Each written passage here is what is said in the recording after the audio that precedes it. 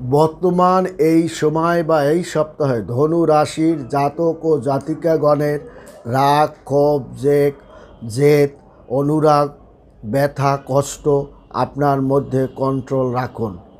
বহিঃপ্রকাশ এই সময়টা আপনার না করাটাই আপনার জন্য ভালো হবে। আপনার সন্তানদের শরীরপাতি একটু খারাপের দিকে যেতে পারে।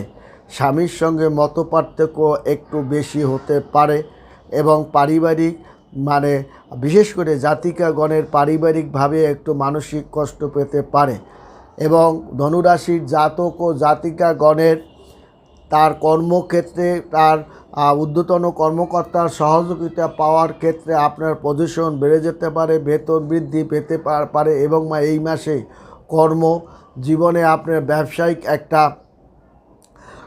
ব্যবসায়িক কারণে আপনি দূরেও কোথাও ঘুরতেও যেতে পারেন।